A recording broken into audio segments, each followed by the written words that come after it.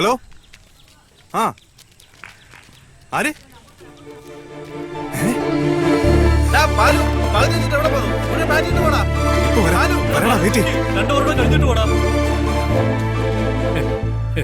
ഈ ഗ്യാസ് എന്ന് പറയുന്ന സാധനം ഞാൻ ഉപയോഗിക്കില്ല.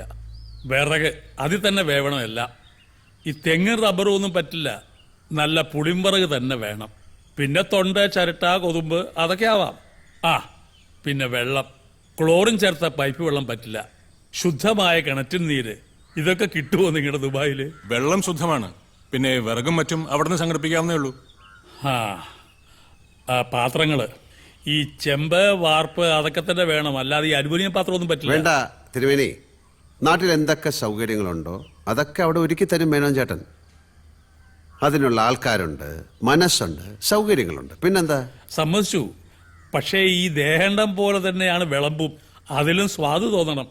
കൂട്ടിന് എത്ര ആളെ വേണമെന്ന് പറഞ്ഞാൽ മതി, അതൊക്കെ ഒരുക്കി തരും. കാര്യം കേമായ മതി. ആ കാര്യം കേമാവുക. രുചിയുള്ള ഭക്ഷണം വൃത്തിയായും വെടുപ്പായും ആസ്വദിച്ച് കഴിക്കുക. രേവതിയല്ലേ നക്ഷത്രം? അതെ. ആ ആഗ്രഹിക്കുന്നൊക്കെ നേടിയെടുക്കാൻ ഒരു പ്രത്യേക ബിരുദമുണ്ട് ഈ ജാതകക്കാർക്ക്. അതെ, ഈ പ്രഥമനിലെ അട ഇത്ര സ്വാദുള്ളതാക്കുന്ന വിദ്യ തിരുമേനി എനിക്ക് പറഞ്ഞു തരണം. ഓ പാചകത്തിലും താല്പര്യമുണ്ടെന്ന് എനിക്കറിയാം. പാചകക്കാരനായി തന്നെ അഭിനയിച്ചൊരു സിനിമയുണ്ടല്ലോ, എന്താ അതിന്റെ പേര്? പവിത്രം. പവിത്രം. പിന്നെ ചില ആഴ്ചപ്പതിപ്പിലൊക്കെ ചില പാചകക്കുറിപ്പ് ഞാൻ വായിച്ചിട്ടുണ്ട്. കൊള്ളാം, കേമാണ്. ഇതാണ് മകൻ ബാലശങ്കർ. അച്ഛന്റെ കൂടെ? ഏയ്, ബിടെക് കഴിഞ്ഞു, MBA പാസ്സായി. ബാംഗ്ലൂരിൽ നിന്ന് ഒരു ജോലിക്കുള്ള വിളി കാത്തിരിക്കുക. പക്ഷെ ഇപ്പോ ഈ സച്ചിൻ ടെണ്ടുൽക്കർ കളി നിർത്തിയല്ലോ, ആ സ്ഥാനത്തേക്ക് കയറിപ്പറ്റാനുള്ള ഒരു അധ്വാനത്തിലാണ്. എന്തിനാ വേറെ ജോലി? അച്ഛൻ്റെ ഈ കൈപ്പുണ്യെങ്കിൽ വാങ്ങിച്ചാൽ പോലെ. അതൊന്നും പറ്റില്ല. ന്യൂ ജനറേഷനാ. കഥകളി, കൂടിയാട്ടം, ശാസ്ത്രീയ സംഗീതം, പാചകം ഇതിനോടൊന്നും ഒരു താല്പര്യമില്ല. താല്പര്യമില്ലെന്ന് മാത്രമല്ല, ലേശ പുച്ഛമുണ്ടോന്നൊരു സംശയം. ഹേയ്, അങ്ങനൊന്നുമില്ല. ബാലശങ്കർ അച്ഛന്റെ കൂടെ ദോഹ വരണം. അവിടെ കൊള്ളാവുന്ന എന്തെങ്കിലും ട്രൈ ചെയ്യാലോ. വരാം സർ. ഒരു ഫോട്ടോ എടുത്തോട്ടെ? ഹേയ്, കുഴപ്പമില്ല കുഴപ്പമില്ല. നിന്നോളൂ, ഞാൻ എടുത്തു തരാം. അങ്ങ് കൊടുക്ക. ബോളറാണോ ബാറ്റ്സ്മാൻ ആണോ? രണ്ടും ഉണ്ട്. ബാറ്റിംഗ് ആണ് കൂടുതൽ. സർ, തോളത്തൊന്ന് കൈ. പിന്നെന്താ, വാ.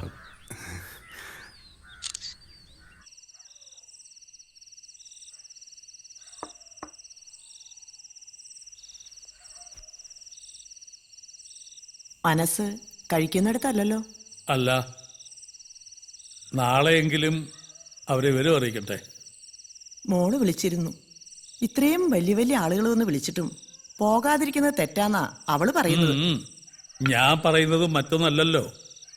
പക്ഷേ മനസ്സിൽ ഓരോരോ ആശങ്കകൾ. അത് ആവശ്യമില്ലാത്തതാണെന്ന് വേണമെങ്കിൽ മറ്റുള്ളവർക്ക് തോന്നാം. പോണോ വേണ്ടയോ എന്നെ അലട്ടുന്നത് അതല്ല. ആ വിവാഹത്തിന്റെ മുഹൂർത്തം കേട്ടപ്പോൾ ഒരു നിമിത്ത ശങ്ക. കടൽ കടന്നാൽ പിന്നെ ജാതകവും പൊരുത്തവും ഒന്നും നോക്കണ്ടെന്ന് പറയും. എന്നാലും ഗ്രഹങ്ങൾ ലോകത്തെവിടെയും ഉള്ളതല്ലേ. ഒക്ടോബർ 15 പറയുമ്പോൾ കന്നി 28. അന്നൊരു മാരണം കൂടിയുണ്ട്. രാഹുവും കേതുവും മുഖത്തോട് മുഖം വരികയാണ്. ശനിയുടെ ദൃഷ്ടിയുണ്ട്. വിധിപ്രകാരം വിവാഹത്തിന് മുടക്കം വരും. മുടങ്ങുന്നതും നടക്കുന്നതും നമ്മളൊന്നും ചെയ്തിട്ടല്ലല്ലോ. അതിന്റെ വരും വരായികൾ അവര് നോക്കിക്കോളും. അവിടെ പോയാ നമ്മുടെ കൊച്ചിനൊരു രക്ഷ കിട്ടുമെങ്കിൽ പഠിത്തം കഴിഞ്ഞ് അലയുന്നത് കാണാൻ വയ്യ. ഇതിന്റെ ഇടയിൽ അവന്റെ ജാതകം ഞാനൊന്ന് മറിച്ച് നോക്കി. വ്യാഴം തുടങ്ങിയല്ലോ. ഒരു ജോലി, ഒരൊറ്റ ജോലി, അല്ലാതെ പല പല ജോലികൾ മാറിക്കയറുന്ന പരിപാടിയില്ല. ആ ജോലിയിൽ അവൻ രാജപദവിയിൽ എത്തുന്ന വിദേശവാസമാ പറയുന്നതും. അമ്മേ, നീ എന്റെ പ്രാർത്ഥന കേട്ടു. മെനക്കേടാണ്. പാസ്പോർട്ട്, അതിനുള്ള പോക്കുവരവ്. ആ സമയമുണ്ട്. ചിങ്ങം കഴിയുമ്പോൾ ഇവിടെ കല്യാണങ്ങളുടെ തിരക്ക് തീരുമല്ലോ. ആ നീ എന്താ എത്ര വൈകിയേ? ആ, വൈദ്യശാല പോയിരുന്നു. ഇത് അച്ഛൻ്റെ കുഴമ്പ്. 2 എണ്ണം മിക്സ് ചെയ്ത് ഒരു ഭരണിയിലാക്കി വെക്കണം എന്ന് പറഞ്ഞു. ഇത് അമ്മയുടെ കഷായം. അറിയാലോ, 60 മില്ലി ഇളം ചൂട് വെള്ളത്തിൽ 20 മില്ലി കഷായം ചേർത്ത് അതിരാവിലെ വെറും വയറ്റിൽ. മതിടാ, എന്നും കഴിക്കുന്ന എന്നെയാ ഇവനിപ്പോ പഠിപ്പിക്കാൻ വരുന്നത്. ദുബായിന്ന് മേനോ സാറെ വിളിച്ചിരുന്നു. രാത്രി തിരിച്ചു വിളിക്കാന്ന് പറഞ്ഞു. അച്ഛൻ എന്തെങ്കിലും ബുദ്ധിമുട്ടുണ്ടെങ്കിൽ നിർബന്ധിക്കണമെന്നും പറഞ്ഞു. അതിന് പോകാൻ തീരുമാനിച്ചല്ലോ. കൊടുക്കായി അമ്മേ. ഈ തീരുമാനത്തിന് പിന്നിലെ സ്ത്രീശക്തി അമ്മയാണ്. എന്നാല് ഈ സ്ത്രീ ശക്തിയോട് നീ പറഞ്ഞേക്ക് എന്റെ കൂടെ നിന്റെ അമ്മ ഉണ്ടാവണം, അല്ലാതെ ഒരിടത്തേക്ക് ഞാനില്ല. അമ്മ വരുന്നില്ലേ? ബെസ്റ്റ്. പിന്നെ എന്ത് ഗൾഫ്? ഇത് നമ്മളെല്ലാരും കൂടെ ഉള്ള ഒരു സ്റ്റൈലും ട്രിപ്പ് അല്ലേ? അന്യദേശമാണ്, മത്സ്യമാംസാദികൾ ഭക്ഷിക്കുന്നവരാണ്, കക്കൂസി പോയ കടലാസ് ഉപയോഗിക്കുന്നവരാണ്. ഇങ്ങനെ ഓരോന്ന് പൊറുപൊറുക്കാൻ തുടങ്ങും. എന്റെ അമ്മ ഈ ഗൾഫ് എന്ന് പറഞ്ഞാൽ ഇപ്പൊ പഴയതുപോലൊന്നും അല്ല. ഇവിടെ കിട്ടുന്ന എല്ലാ സാധനവും അവിടെയും കിട്ടും. രാവിലെ തൊഴാൻ പോണെങ്കിൽ അമ്പലം വരെ ഉണ്ട്. അതെ, ഏത് നാട്ടിലായാലും നമ്മുടെ ഉള്ളു ശുദ്ധമായി സൂക്ഷിച്ചാൽ മതി. ശുദ്ധി എന്ന് പറയുന്ന അഗ്നിയാ. വേണ്ടാത്തതെല്ലാം അവിടെ സ്വയം ദഹിച്ചോളും. അതെ. ആ ആ നമ്മുടെ ചുറ്റുവട്ടത്തൊക്കെ ദോഹയിൽ പണിയെടുക്കുന്ന ചിലരൊക്കെ ഉണ്ട്.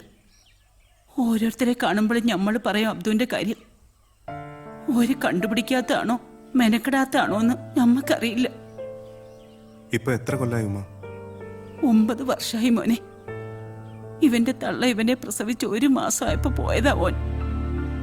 അങ്ങനെ ഇരിക്കുമ്പോ ഒരു എഴുത്ത് വരും. ഇത്രയും കാലമായിട്ട് അവന്റെ കെട്ടിയോളുടെ മൊബൈലിലേക്ക് 5ഓ 6ഓ പ്രാവശ്യം വിളിച്ചിരിക്കണേ. ആരെങ്കിലും ഏർപ്പാടാക്കി തിരുമേനി ഓനെ കണ്ടുപിടിച്ചേരണം. തിരുമേനി പറഞ്ഞ ഓൻ വരും, എനിക്ക് വിശ്വാസ. ഉമ്മാനെ മറന്നോട്ടെ, ഓന്റെ കെട്ടിയോളില്ലേ, ഒരു കുട്ടിയില്ലേ. എനിക്കിപ്പോ വന്ന് വന്ന് ഓളുടെ മുഖത്ത് നോക്കാൻ തന്നെ പേടിയാ. ഈ കവറിൽ ഓന്റെ ഫോട്ടോ ഉണ്ട്. ഞാനും ഓളും മാറി മാറി കുറെ എഴുതിയിട്ടുണ്ട്. അതിന്റെ അടിയിൽ ഇവനും ഏതാണ്ടൊക്കെ വരച്ചു വെച്ചിട്ടുണ്ട്. ഉമ്മ വിഷമിക്കാതിരിക്കുക. നമുക്കവിടെ ആളുകളുണ്ട്. ഇക്കയെ തപ്പിയെടുത്ത് കൊണ്ടുവരാൻ പറ്റുമെന്ന് നോക്കട്ടെ. അടച്ചോനെ, കുറച്ച് സമാധാനം കിട്ടിയ പോലെ. ഇതാ പെട്ടിയിൽ സൂക്ഷിച്ചു നോക്ക്. ബസ് ഇറങ്ങി കുറച്ചു ദൂരം നടന്നു വന്നതല്ലേ, ഇത്തിരി സംഭാരമെങ്കിലും കഴിച്ചിട്ട് പോവാം. ആ വാ മോനെ.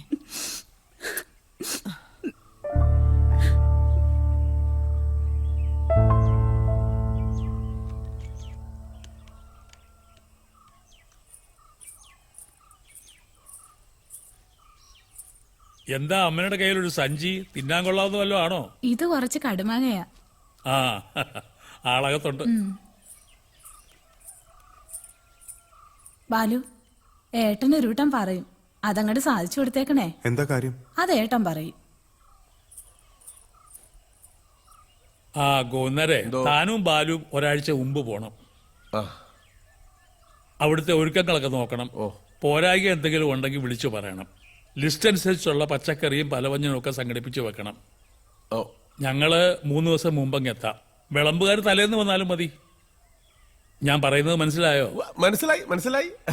ആ പിന്നെന്തായി ഗോവിന്ദ, പാൻറ്റൊക്കെ തയ്ച്ചോ? പാൻറ്റോ? പിന്നെ തന്റെ മുണ്ടും കോടൊന്നും പറ്റില്ല. വിമാനത്തിൽ കയറണമെങ്കിൽ നല്ല പാൻറ്റും കോട്ടും ഒക്കെ വേണം. അയ്യോ, അതൊന്നും ബാലു പറഞ്ഞില്ലല്ലോ. പറഞ്ഞില്ലായിരുന്നു? ഇല്ല. അപ്പൊ കുഴയല്ലോടാ ബാലുവേ. പാന്റ് ഇപ്പം എന്റെ പഴയത് 1-2 തപ്പിയെടുക്കാം. പക്ഷേ കോട്ടിന്റെ കാര്യം ഇപ്പൊ എന്ത് ചെയ്യുന്ന? കോട്ടൊരെണ്ണം വേണേ ആരോടെങ്കിലും കടം വാങ്ങാം, ഇല്ലേ തപ്പിക്കാം, സമാധാനമുണ്ട്. ഇപ്പൊ അതല്ല. കല്യാണം കഴിഞ്ഞ അമ്മിനിയെ ഞാൻ എങ്ങും കൊണ്ടുപോയിട്ടില്ല. അവളും കൂടെ പോന്നോട്ടെ എന്ന് ഒരാഴ്ച അയച്ചിരുന്നാൻ തുടങ്ങിട്ട് അതിന് മണിയടിക്കാനായി കടുമാകാൻ ഭരണി. ഇനി എങ്ങനെ ശരിയാവാനാ ഗോവിന്ദേട്ടാ? 15 പേരുടെ ലിസ്റ്റും പോയി, അവരുടെയൊക്കെ വിസയും ടിക്കറ്റും റെഡി ആയിക്കൊണ്ടിരിക്കുക. 15 പേരോ? അതെന്തിനാ? 5 ദേഹെണ്ണം, 10 പേര് വിളമ്പ്. ആ വിളമ്പിന്റെ 10 പേരുടെ കൂട്ടത്തില് അമ്മണിയെ കൂടി ദേഹണ്ണത്തിന് ഒരു സഹായം ആവുമല്ലോ. ഇല്ലെങ്കിൽ കിടന്നു പൊറുക്കാനൊക്കൂല. ഇനി ഒരാളെ വെട്ടി ഒരാളെ കേറ്റി അതൊന്നും നടക്കില്ല. ഇങ്ങനൊരു വ്യാമോഹം ഉണ്ടെങ്കിൽ അത് നേരത്തെ പറയണ്ടേ എന്റെ ഗോവിന്ദേട്ടാ? ഇന്ന് അവൾ എന്നെ കൊല്ലും. അതിനിത് ടൂറൊന്നും അല്ലല്ലോ. ഞാൻ അവളെ പറഞ്ഞ് മനസ്സിലാക്കിക്കോളാം. താ സമാധാനായിട്ടിരിക്കും. ആ